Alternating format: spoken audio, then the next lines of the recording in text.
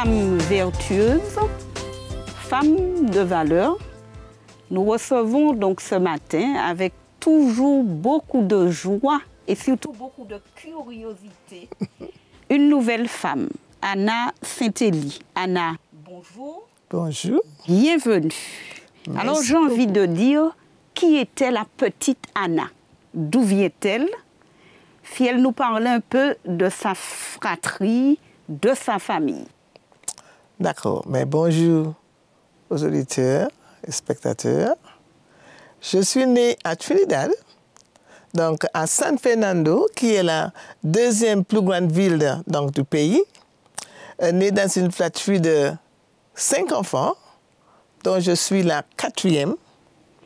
Donc j'étais le bébé de la famille pendant 8 ans, avant d'être détrônée par ma dernière sœur. Et nous sommes toutes des filles, donc une famille de 5 filles. Alors, petite fille, j'étais très sage. J'étais très souvent dans la jupe de ma maman, c'est ce qu'elle disait. Et donc, je ne jouais pas toujours avec les plus grandes parce qu'avec la petite, la dernière petite, elle ne faisait pas assez vite ou assez bien. Donc, j'étais un peu solitaire, introvertie, mais c'est comme ça que j'ai grandi dans une famille adventiste. Donc, je suis née dans une famille adventiste, mais nous étions très heureuses parce qu'on aimait bien chanter dans ma famille. Et le matin et le soir, on chantait à la gloire de Dieu, bien sûr, on lisait la Bible, etc.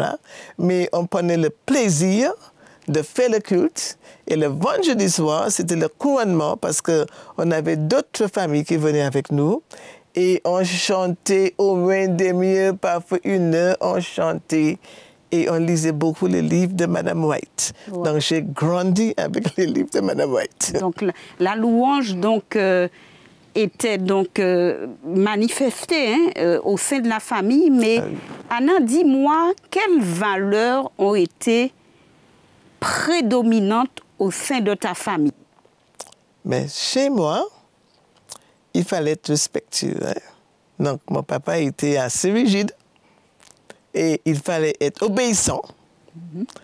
Il y avait aussi la justice. Très tôt, j'ai eu personnellement le sens de la justice et l'injustice. Et je peux, par exemple, donner un exemple. Si on me corrigeait pour quelque chose que j'ai fait, j'acceptais. Mais quand on me corrigeait, j'ai déjà pris des fessées 2, 3 fois pour des choses que je n'avais pas faites. Ça, c'était autre chose. Je pleurais pendant longtemps parce que je n'acceptais pas l'injustice. Et jusqu'à maintenant, je suis très sensible à l'injustice. Anna, est-ce que grandir entourée que de filles apporte quelque chose de différent dans notre construction en tant que femme, en tant qu'adolescente d'abord? Ben, je pense que, puisque je n'avais pas de frères, donc je dis, donc, en tant que fille, on était très unis, on était très complices et on était aussi très créatives parce qu'on faisait plein de choses. Ma maman était couturière, donc elle nous a introduits à ça très tôt. Et on fabriquait des choses entre nous, on fabriquait parfois des jouets. Donc, et on avait le sens quand même de travailler en équipe, je pense. Vraiment, on était vraiment unis en tant que sœurs. J'ai envie de connaître Anna, l'adolescente. Cette belle période qui apporte aussi dans notre expérience de vie, des fois de bonnes ou de moins bonnes, mais qui nous construit. Alors, comment cette adolescente a grandi dans cette famille de filles? Mais toujours très sage. Mais vraiment très sage. J'avais pris des cours. Donc, quand on disait quelque chose, je mettais en pratique, j'obéissais. J'ai eu quand même 2 autres sœurs qui étaient un peu rebelles parfois et qui savaient qu'elles allaient prendre une fessée après, mais disaient, bon, tant pis, mais voilà. Mais moi, non, je leur disais non, papa a dit ça, ou maman a dit ça, il ne fallait pas. Alors, en grandissant, J'ai continué à être sage, mais j'étais très studieuse. Donc, j'étais toujours dans un livre. J'avais très peu d'amis. J'avais une bonne amie à l'école, une bonne amie à l'église, et avec moi, c'était assez. Je n'avais pas besoin d'autres, parce que j'avais mes soeurs à la maison. Donc, je n'avais pas besoin d'avoir un tas d'amis, etc. Donc, avec mes copines, on parlait lorsqu'on se voyait, on s'échangeait. Et nous étions très studieuses aussi, les à deux autres. Donc, on parlait beaucoup d'une carrière, quelle carrière qu'on voulait avoir, qu'il fallait beaucoup travailler, etc. Et cette carrière pour toi, que tu rêvais d'embrasser, ce métier que tu voulais faire, est-ce que tu l'as réalisé ou tu es passé à côté? Mais j'ai commencé. Alors, j'ai toujours voulu être médecin. J'ai toujours voulu être médecin à l'école, au collège, au lycée. Donc, vous savez que dans le système anglais, on faisait beaucoup de choses pratiques. Vous voyez? Donc, que ce soit dans le labo de chimie ou de physique, ou déjà, bien avant le bac, on avait des examens, il fallait donc des choses pratiques. Faire des dissections, je prenais plaisir de le faire et je réussissais pas mal. Donc, j'ai toujours voulu être médecin et mes professeurs me voyaient médecin. Et qu'est-ce qui a contrarié ce projet professionnel que tu avais? Voilà. Mais je me suis mariée très jeune. Voilà, je suis mariée à 19 ans. Et on avait donc le projet de poursuivre les études. Donc, on est venu en Martinique. On est venu pour une année normalement. Tu as vécu combien de temps à Trinidad? Jusqu'à 19 ans.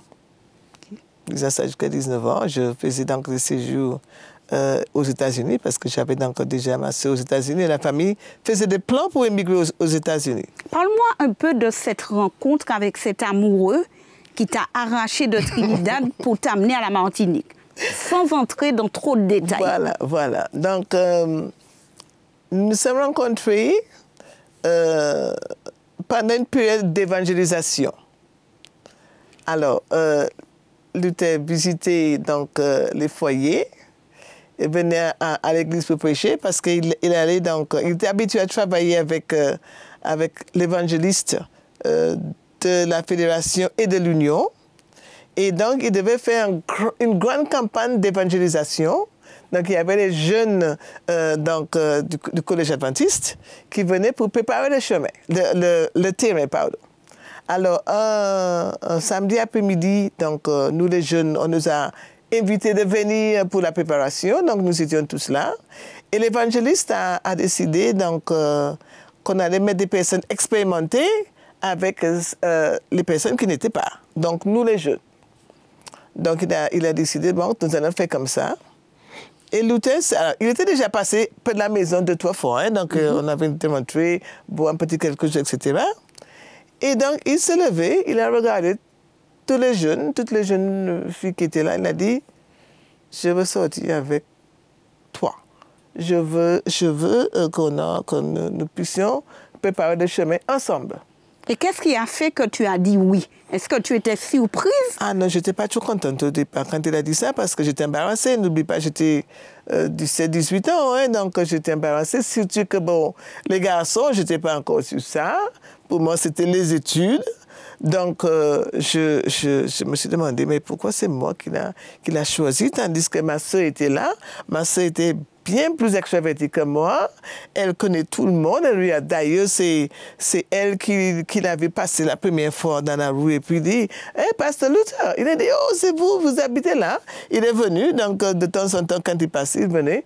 Donc, c'est ma soeur qui était celle qui est juste avant moi, qui était la personne que je pensais que n'importe qui allait choisir, parce que j'étais toujours dans l'ombre de cette soeur-là. Voilà. Avant de te laisser tranquille, est-ce que tu as compris après pourquoi il t'avait choisi? Je suppose. Mais à ce moment-là, non, il y avait vraiment... Non, je ne voyais rien du tout. Mais à la fin quand même de l'effort, parce qu'on avait passé 6 semaines à travailler ensemble, parce que tous les jours, visiter, etc., donc, je pense que les liens se sont créés quand même, quoique toujours dans ma tête, écoute, moi, ce n'est pas le moment pour ce genre de choses. Je dois poursuivre mes études. Voilà. Je dois devenir médecin. Donc, ce n'était pas du tout dans mes intentions d'avoir un ami, de penser au mariage, des choses comme ça. Non, vraiment pas. Anna, j'ai envie de te demander, tu l'as dit donc au prime abord que tu es née dans une famille adventiste. Mais cette question, je la pose toujours, je crois qu'elle est importante. On peut naître dans une famille, mais parle-moi de ce moment où Anna, en pleine conscience, a rencontré Jésus. Quelle expérience qui fait qu'à un moment, tu t'attaches personnellement à ton Sauveur en dehors du choix des parents, qui ont certainement conduit. Oui. Mais est-ce que tu peux me dire? Je me rappelle de ce moment tout le temps. J'avais 10 ans. Il y avait une grande campagne d'évangélisation. Et cette fois-ci, j'ai entendu Jésus me parler. Chaque fois qu'il y avait un sermon, c'était pour moi. 10 ans. Et j'ai décidé que j'allais me faire baptiser pour pouvoir vivre exclusivement pour Jésus. Mais c'était quelque chose de réel pour moi. J'étais peut-être jeune, mais j'ai décidé ce jour-là. Et ma sœur qui est juste avant moi, elle avait 12 ans, elle a accepté aussi. Et le jour que je suis sortie de l'eau, ce sabbat après-midi, je me suis sentie tellement heureuse. Quelque chose de grand qui est venu à moi et je savais qu'il y avait quelque chose qui s'est passé.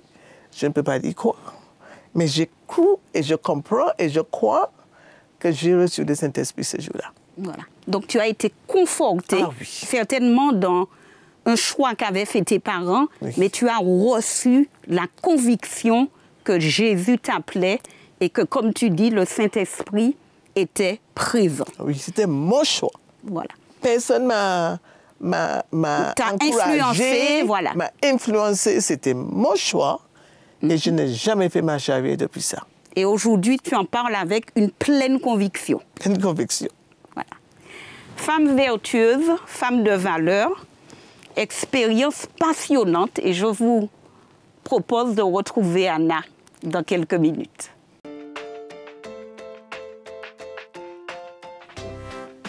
Femme vertueuse, femme de valeur, avec Anna Saint-Élie. Anna qui laisse donc Trinidad, qui rentre donc en Martinique, mariée, avec donc son amoureux qui l'a surpris, on dirait finalement. Et après, est-ce qu'il t'a donné d'autres explications quand il est arrivé, avec recul, quand la famille, est-ce que des fois il a dit à tes enfants pourquoi et comment il t'avait choisi? Ben, je pense que il y avait quelque chose qui l'avait attiré certainement. Après ça, il est resté jusqu'à la fin de l'année. Et donc, on se voyait. Et donc, l'année d'après, parce que je n'avais pas encore passé mon bac, donc j'ai passé mon bac. Et l'année d'après, on s'est mariés parce qu'on avait des plans, des projets pour continuer les études. À ce moment-là, j'étais amoureuse. Lui, il était heureux, donc je savais que c'était ça. J'ai beaucoup prié avant d'accepter. Et j'ai eu un rêve. Je ne suis pas très rêveur, déjà, mais j'ai eu un rêve particulier où j'avais dans mes cheveux beaucoup de choses, de fruits, de morceaux de fromage, beaucoup de choses qui sont très bonnes à manger. Et puis, ce rêve-là m'a beaucoup interpellée. Donc, j'en ai parlé à plusieurs personnes, j'en ai parlé au pasteur, j'en ai parlé à plusieurs personnes qui m'ont dit que ce rêve-là, c'est un bon rêve. C'est un rêve de succès, de réussite, etc. Donc, ça m'a quand même conforté dans le choix que tu devais faire. Voilà. Anna, tu viens de parler de prière en disant que tu avais beaucoup prié. Est-ce que tu pourrais me dire ce matin quelque expérience que tu aurais autour de la prière qui fait que jusqu'à aujourd'hui, la prière pour toi est un pilier? quelle expérience tu as fait encore? Peut-être sous d'autres formes, hein, prière en groupe ou pas, mais qui fait encore qu'aujourd'hui, la prière reste pour toi le nerf de la guerre. La prière est très importante pour moi. Très importante pour moi. Je ne peux pas vivre sans prier. Je ne peux pas vivre sans prière. C'est la raison pour laquelle j'ai aidé mes enfants très jeunes à compter sur Dieu et à prier. Très jeunes. Pour eux, c'est très important aussi. Alors, ma maman était une femme de prière, déjà. Donc, je pense qu'on a reçu cette éducation de toujours prier. Une transmission. Une transmission. Et j'essaie de transmettre cette valeur-là, cette bonne habitude, je dirais, à mes enfants. Cette manière de vivre. Ah oui, c'est une manière de vivre. Alors, je peux donner une petite expérience assez récente. Ça fait peut-être 3 ans, ça va faire 3 ans. Ma fille qui habite la Guyane et son fiancé également devaient rentrer pour se marier. Ils devaient se marier aux États-Unis, mais au moins le mariage civil. Et c'était très difficile parce que c'était en plein Covid, 2020. Donc, j'ai essayé d'exploiter toutes les possibilités qu'il y avait pour entrer. Et à chaque fois, ils avaient un billet. Mais il y avait toujours un problème. Ils ont changé de vol. On a mis sur notre vol, etc. Et finalement, ils avaient un billet où on pensait que ça allait marcher. Mais c'est un problème pour avoir pas le test. Oui, le test. Là-bas, on disait qu'on fait le test seulement pour les personnes malades, mais pas pour voyager. D'accord. Donc, ils ont laissé Saint-Laurent, ils sont descendus sur Cayenne. Ils n'ont pas pu voyager ce jour-là. Donc, finalement, ils ont pu trouver un endroit pour avoir le test. Pour avoir le test, parce qu'ils ont raté encore, ils n'ont pas pu voyager, ils n'avaient pas de test. Mais cette fois-ci, j'avais fait des démarches auprès d'Air France et le monsieur m'a dit, on va faire une exception pour vous, ils vont voyager, donc ils sont là, mais il faut qu'ils aient le test. Mais malheureusement, ils n'ont pas eu le test. C'est une liste d'attente. Donc finalement, ils ont pu avoir faire le test la semaine d'après. Et donc, je retourne voir le monsieur pour m'aider à le permettre de voyager la semaine d'après. Il était fâché parce qu'il m'avait envoyé un mail. Non, je lui ai envoyé un mail expliquant cela et il n'a pas reçu le mail parce qu'il avait fait une erreur sur l'adresse mail qu'il m'avait laissée. Donc, j'ai essayé de lui expliquer ça, mais il était fort contrarié. Il a dit, je ne peux pas vous aider, madame. Vous allez vous débrouiller, mais je ne vais pas vous aider. Mais moi, j'ai commencé à prier. Si je priais avant, mais là, j'ai doublé, triplé la prière que je faisais. J'ai dit, Seigneur, tu sais qu'ils doivent arriver, fais quelque chose. Donc, avec le test, ils ont été. Et quand ils se sont présentés, la dame a dit, je ne peux pas vous aider. La semaine dernière, on comptait sur vous, vous n'êtes pas venu. Donc là, cette semaine, aujourd'hui, vous ne pouvez pas voyager. Mais moi, j'étais persuadée qu'ils allaient voyager. Et je me suis mise à prier. Mais je priais avant. Mais le jour en question, depuis à 14 heures, j'ai commencé à prier. J'avais une amie qui priait avec moi, qui de temps en temps venait. Mais moi, je me suis attelée à prier. J'ai dit, Seigneur, tu as dit, tu as promis. J'ai cité le texte. J'ai dit, Seigneur, il faut que tu agisses aujourd'hui. Et j'ai prié toute l'après-midi. À un moment donné, ils se sont retirés. Ils ont été un petit peu plus loin. J'ai dit, non, il ne faut pas faire ça. Restez devant la dame, qu'elle vous voie, parce que moi, je prie pour que Dieu puisse lui permettre de vous faire voyager. Mais encore, parce qu'à partir de... Ils voyageaient à 18 h. Hein? Donc, finalement, à un moment donné, c'était vraiment fatigué, ils sont assis, ils attendent. Ils voudraient repartir. J'ai dit, non, vous ne repartez pas. Vous restez là, vous allez voyager aujourd'hui. Je suis en prière. Je suis en prière. Donc, une amie qui priait avec moi de temps en temps, elle restait peut-être un quart d'heure, elle partait. Et puis, à un moment donné, elle m'appelle. Elle m'appelle pour me dire qu'elle voyage. Il voyage. Elle me dit, maman, je ne pense pas qu'on voyageait. C'est 5h30. L'avion part à... C'est 17h30. L'avion part à 18h. On ne va pas voyager. Tout le monde est parti rentrer. Je dis, restez là, retournez devant la dame. vous allez voyager aujourd'hui. Je ne sais pas où est-ce que j'ai eu cette conviction. Et puis quand ils sont retournés un petit peu plus tard, peut-être vers mai 20, elle dit, et vous êtes toujours là? Mais je vous ai oublié. Elle a dit, restez là, je vais voir quelque chose. Elle va, je ne sais pas où est-ce qu'elle est, peut-être de l'avion, hein? Et puis elle vient leur confirmer. Et elle vient, elle dit, venez, venez, venez, on va vous prendre. Une personne qui était avec les pilotes, une personne qui était dans l'avion. C'est comme ça qu'ils ont voyagé. Quand elle m'a dit, maman, elle a dit qu'on voyageait, je dis, gloire à Dieu. Je savais que Dieu allait répondre à cette prière. Et tu as parlé de promesses que tu as rappelées à Dieu pendant que tu priais. Ah, oui. Est-ce que tu peux m'en citer une ou deux et qui te chevillent au corps et t'encouragent tous les jours dans ces moments d'épreuve ou dans tes moments de joie? Quelles seraient ces promesses sur lesquelles tu t'appuies pour donner de la force et de la puissance à ta vie de prière? Voilà. Cite-moi deux. Deux, ok. Alors, il y a une. Il y a un verset. Ésaïe 41, 10. Ne craignez pas, car je suis avec toi. Ne promène pas des regards inquiets. Je suis ton Dieu. Je te fortifie. Je viens à ton secours. Je te soutiens de ma droite triomphante. Amen. Il m'a soutenu ce jour-là. Voilà. Pourrais-tu aussi, je sais que ta vie quand même est construite autour de la prière de groupe que tu animerais. Est-ce que tu peux m'en parler? Comment tu encourages des femmes, adventistes ou non, à trouver des réponses dans une vie de prière? Pratiquement, comment tu fais ça aujourd'hui? Oui, eh bien, Dieu m'a inspiré, je dirais, à commencer un petit groupe de prière de femmes, de mamans. Pendant Covid, il y a une sœur, une jeune sœur, qui m'a appelée à 5 h du matin. Parce qu'elle voulait prier. Je me suis dit, qui m'appelle à 5 h du matin? Ça n'arrive pas. Quand j'ai vu qui c'était, je dis, je vais là. Parce que je n'aime pas qu'on m'interrompe quand j'ai ma propre dévotion. D'accord. Donc, à 18 h, je dis, je vais t'appeler. Ah non, à 6 h du matin, je vais te rappeler un petit peu plus tard, parce que je campais, c'était pour prier. Et ça m'a interpellée, je me suis dit, mais il y a combien de personnes qui ont peur, qui ont besoin de quelqu'un d'autre pour prier avec?